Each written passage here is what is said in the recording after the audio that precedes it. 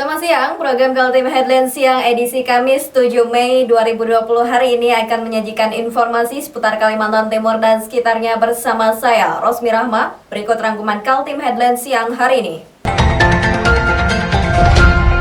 Sektor penambangan batubara di Kaltim tetap aman meskipun pandemi COVID-19.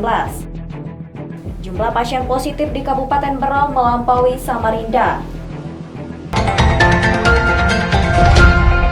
Kita awali Kaltim Headline Siang kali ini. Besarnya dana penanggulangan COVID-19 diharapkan efektif digunakan untuk keperluan medis dan pengaman jaring sosial masyarakat yang membutuhkan. Pansus COVID-19 DPRD Kaltim mengingatkan semua pihak agar jangan ada yang bermain-main dengan bantuan karena ada resiko hukum yang mengincarnya. Berikut informasinya. Pandemi COVID-19 telah disetujui menguras APBD Kaltim sebesar 500 miliar rupiah. Namun persoalan baru muncul, khususnya menyangkut bantuan kepada warga terdampak belum juga dikucurkan ke kabupaten dan kota se-Kalimantan Timur. Menanggapi hal itu, Ketua Pansus COVID-19 DPRD Kaltim Hasanuddin Mas'ud mengingatkan, lambatnya pemerintah provinsi dalam pendistribusian anggaran, baik untuk keperluan medis seperti pengadaan alat kesehatan dan alat pelindung diri atau APD maupun anggaran jaring pengaman sosial, lantaran sikap kehati-hatian. Ada surat edaran dari KPK yang membuat penyaluran bantuan terkesan terlambat, terutama menyangkut pendataan penerima bantuan. Saat ini semua data penerima harus masuk dalam data basis DTKS atau Data Terpadu Kesejahteraan Sosial di bawah Kementerian Sosial. COVID itu rekomendasinya nanti salah satunya itu, karena memang agak susah Pak pendataan ini, karena jangan sampai ada yang double, ada konsekuensi hukum, karena ada edaran KPK itu, jadi harus masuk ke data DTKS, memang lambat nantinya. Nah itulah aturan pemerintah. Jadi lebih kehati-hatian ya? Kehati-hatian, saya kira itu aja. Jadi kemarin sebenarnya pemerintah pengen langsung. Tetapi dengan adanya edaran dari KPK itu tidak boleh, harus masuk ke DTKS semua. Kalau tidak masuk ke DTKS nanti ada problem masalah hukum lagi. Makanya pemerintah jadi takut. Tapi pelan tapi pastilah. Pansus COVID-19 DPRD Kaltim akan mengawal semua proses pendistribusian anggaran. Untuk itu dia meminta agar tidak ada pihak yang bermain-main dalam kondisi darurat sekarang ini, karena ada resiko hukumnya. Kita takut nanti kendala hukum, karena ini ada konsekuensi hukum. Tidak ada yang berani, harus masuk DTKS, itu aja intinya. Dan kalau tidak boleh ada dapat double, kalau sudah dapat di APBN, tidak boleh dapat dari APBD. Fungsi Pansus COVID-19 DPRD Kaltim juga bisa membantu tim data. Jika ada masyarakat yang terdampak tidak masuk dalam data, bisa diajukan ke DPRD. Dan berikutnya diteruskan ke Sekda Prof dan DTKS. Tim Kaltim TV, Hardin dan Heriman melaporkan.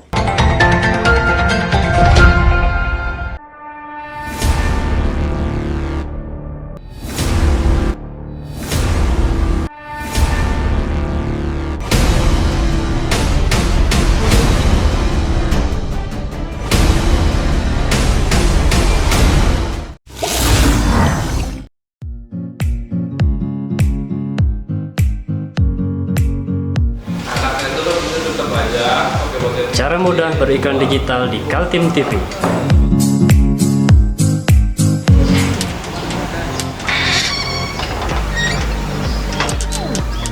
Yang pertama, jadilah sahabat Kaltim TV.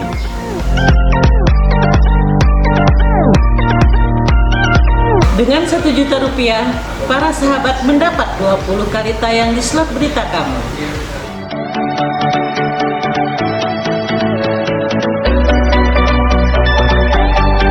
Dengan 20 detik dapat menjangkau 20.000 penonton. Anda beruntung karena mendapat kesempatan perdana dari kami. Ayo jadilah sahabat Kaltim TV.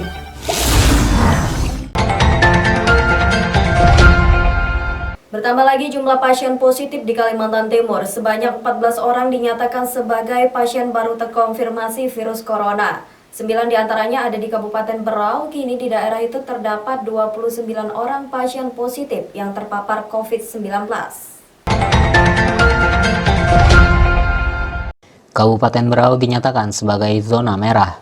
berada di daerah yang berbatasan dengan Provinsi Kalimantan Utara dan Kabupaten Kutai Timur, Kalimantan Timur. Di sana kini terdapat 29 orang yang dirawat dalam ruang isolasi penularan virus corona. Jumlah itu langsung melampaui jumlah pasien positif COVID-19 di kota Samarinda yang kini tercatat ada 25 orang terpapar virus. Posisi Berau berada di bawah kota Balikpapan yang masih terbesar jumlah pasien positif COVID-19, yakni sudah sebanyak 36 orang. Penambahan terbesar pasien positif di Berau terjadi hari Rabu 6 Mei 2020 setelah turunnya hasil swab laboratorium. Dari penambahan 14 kasus baru di Kaltim, 9 diantaranya adalah warga Berau. Ironisnya, semua kasus terkait dengan acara ijtima di Kabupaten Goa, Sulawesi Selatan. 4 kasus baru adalah peserta langsung acara keagamaan di Goa, sedangkan 5 lainnya tertular dari kontak erat peserta ijtima Goa, yaitu dari kontak transmisi lokal. Terkait dengan penambahan kasus positif terkonfirmasi COVID-19, hari ini 6 Mei, ada sebanyak 14 kasus. Pertama, 9 kasus dari Berau, yaitu 4 kasus laki-laki, BRU 21 usia 44 tahun, BRU 22 usia 54 tahun, BRU 23 usia 65 tahun, dan BRU 24 usia 60 tahun. Kasus-kasus transmisi lokal atau penularan virus dari warga kepada warga zona terdekatnya sudah diumumkan Dinas Kesehatan Kaltim terjadi pada 7 kabupaten kota di Kalimantan Timur. Temuan-temuan kasus transmisi lokal ada di Balikpapan, Penajam Pasir Utara, Kabupaten Pasir, Kutai Kartanegara, Kutai Timur, Kutai Barat, dan Berau. Sedangkan 3 kota lain yang belum ditemukan transmisi lokal adalah Samarinda, Bontang, dan Mahakam Ulu. Bahwa semakin nyata sudah terjadi penularan lokal, terutama di dalam anggota keluarga, dan ini semua menggambarkan bahwa kemungkinan besar karena kita merasa sehat, sehingga kita tetap melakukan aktivitas sebagaimana biasanya terutama dengan anggota keluarga, dan ini pula yang mengakibatkan banyaknya anggota keluarga ini akhirnya yang merupakan kontak erat dari mereka yang sudah terkonfirmasi, dan sekarang sudah banyak yang juga akhirnya terkonfirmasi COVID-19. Tim Kaltim TV melaporkan.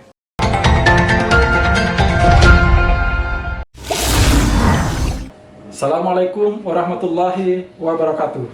Saya Sutomo Jabir, anggota DPRD Provinsi Kalimantan Timur, fraksi Partai Kebangkitan Bangsa, mengucapkan marhaban ya Ramadan. Semoga ibadah kita dalam bulan suci Ramadan ini dapat meningkatkan kualitas iman dan takwa kita kepada Allah Subhanahu wa taala. Wallahu muwaffiq ila aqwamit thoriq. Wassalamualaikum warahmatullahi wabarakatuh. Informasi selanjutnya, Partai Kebangkitan Bangsa di Kalimantan Timur menyampaikan pandangannya mengenai kasus COVID-19.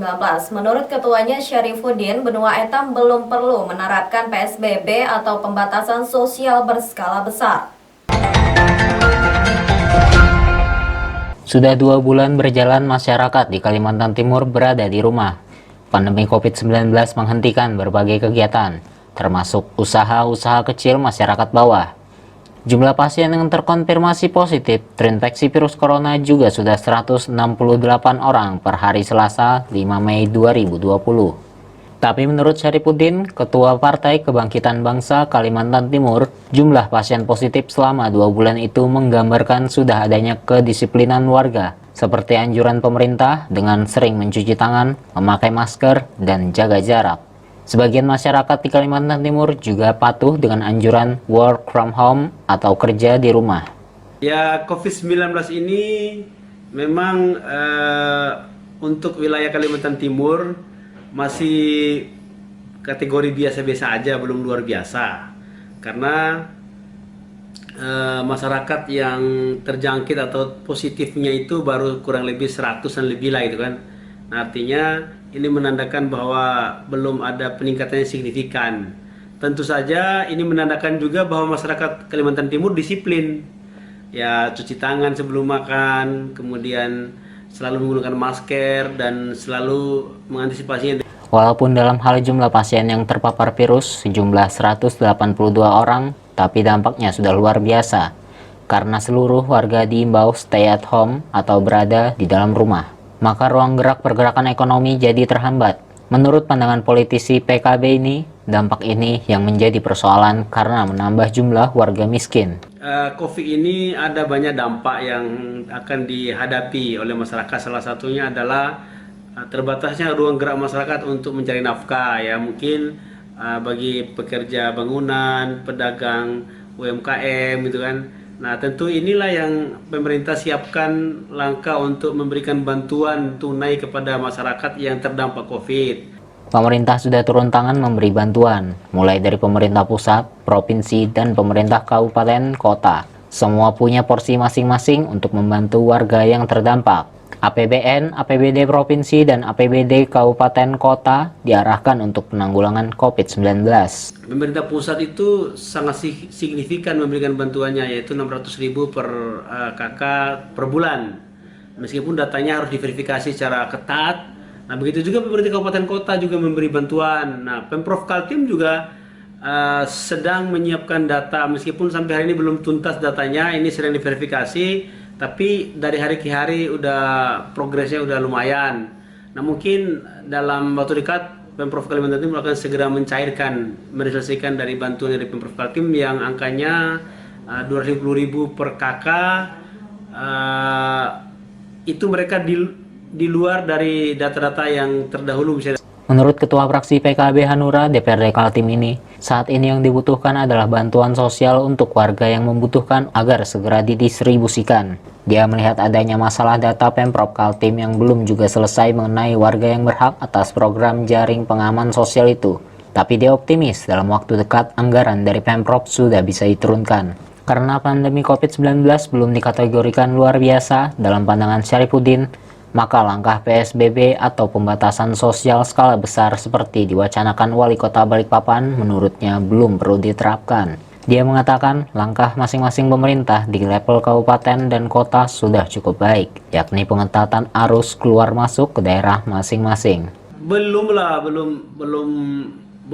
memenuhi syarat untuk PSBB, karena PSBB itu kan syarat utamanya itu adalah terjadinya penularan internal ya, bukan bawaan dari luar, bukan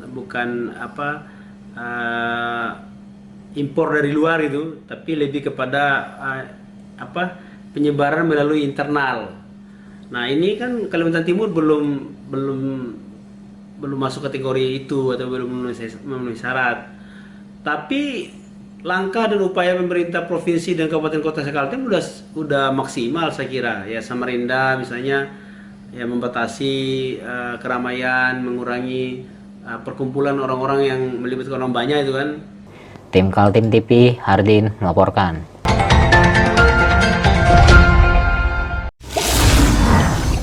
Assalamualaikum warahmatullahi wabarakatuh. Saya Sutomo Jabir, anggota DPRD Provinsi Kalimantan Timur, fraksi Partai Kebangkitan Bangsa, mengucapkan marhaban ya Ramadan. Semoga ibadah kita dalam bulan suci Ramadan ini dapat meningkatkan kualitas iman dan takwa kita kepada Allah Subhanahu wa taala. Wallahu muwaffiq ila aqwamit thoriq. Wassalamualaikum warahmatullahi wabarakatuh.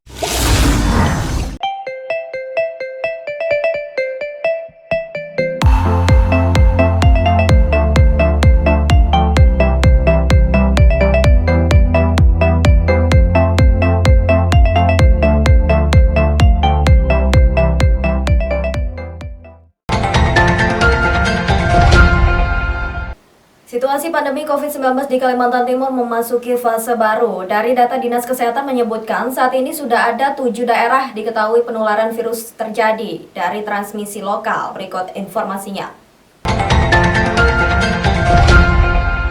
Jumlah pasien positif di Kalimantan Timur sudah 182 orang.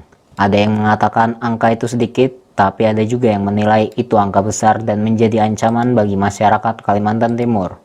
Pastinya bukan soal angka itu berbahaya atau tidak. Data dari Dinas Kesehatan Kalimantan Timur menyebutkan sudah 7 daerah di Kalimantan Timur ditemukan pasien positif virus corona karena menerima penularan dari kontak erat dengan pasien positif lainnya.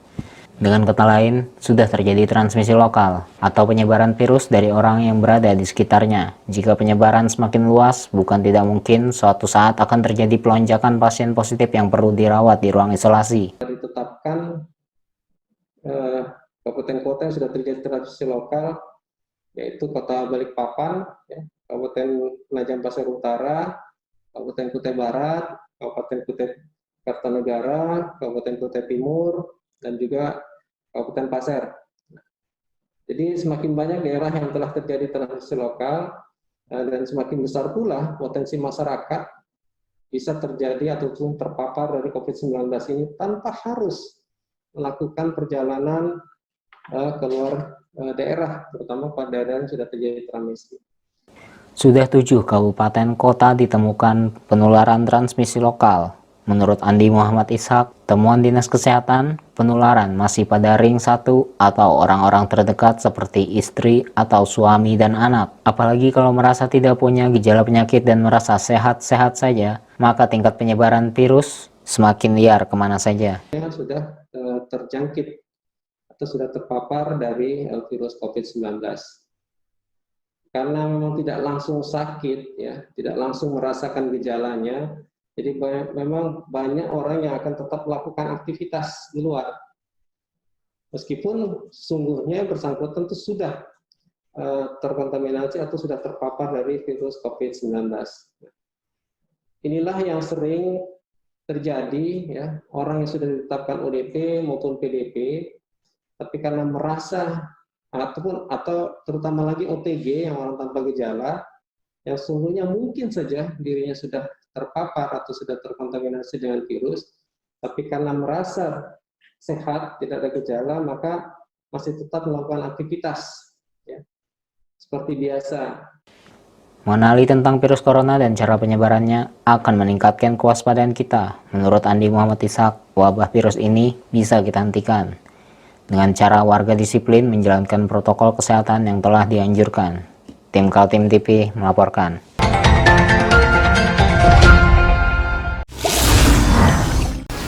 Marhaban ya Ramadan, Bersihkan hati. Jernihkan pikiran. dan sucikan perbuatan. Jangan lupa ikuti anjuran pemerintah untuk tetap di rumah, cuci tangan, dan jaga kesehatan. Kami segenap jajaran direksi, staf dan karyawan Kaltim TV mengucapkan selamat menunaikan ibadah puasa Ramadan 1441 Hijriah.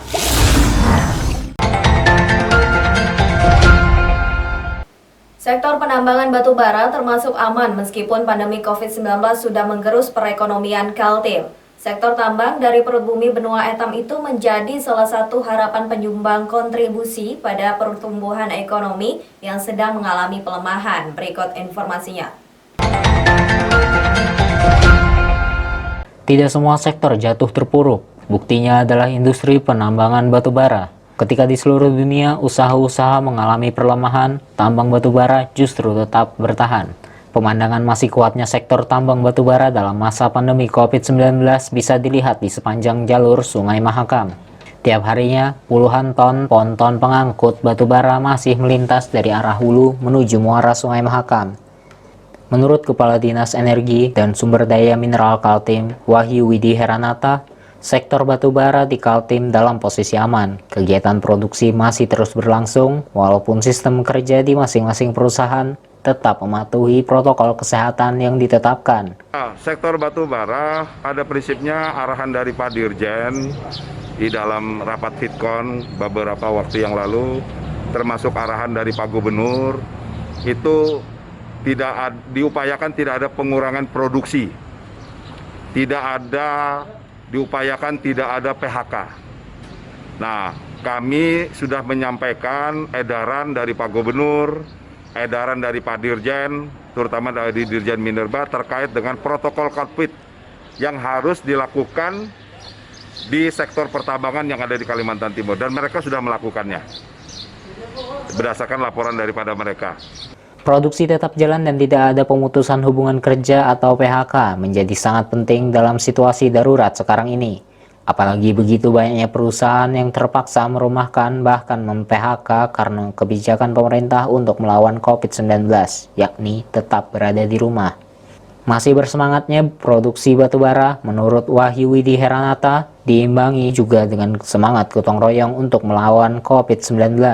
Berbagai perusahaan batubara baik dengan status IUP izin usaha pertambangan maupun PKP 2B memberikan bantuan seperti untuk keperluan tenaga medis maupun warga yang terdampak. Di sisi lain, kami juga bisa pantau karena kita punya forum peduli COVID-19. Dan itu kita bentuk berdasarkan ada 3, ya. Ada 3 di sana, ada Dinas SDM Prop Kaltim, ada forum CSR Kaltim, dan forum Kepala Teknik Tambang.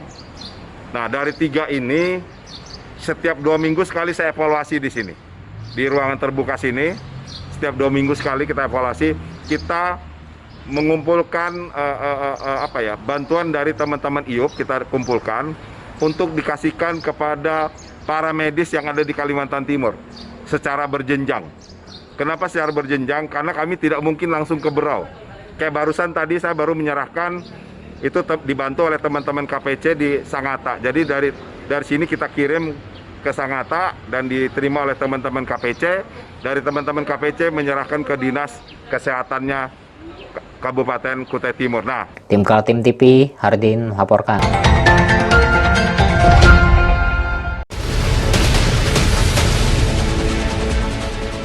Mari kita memerangi virus corona dengan mematuhi imbauan pemerintah. Stay at home.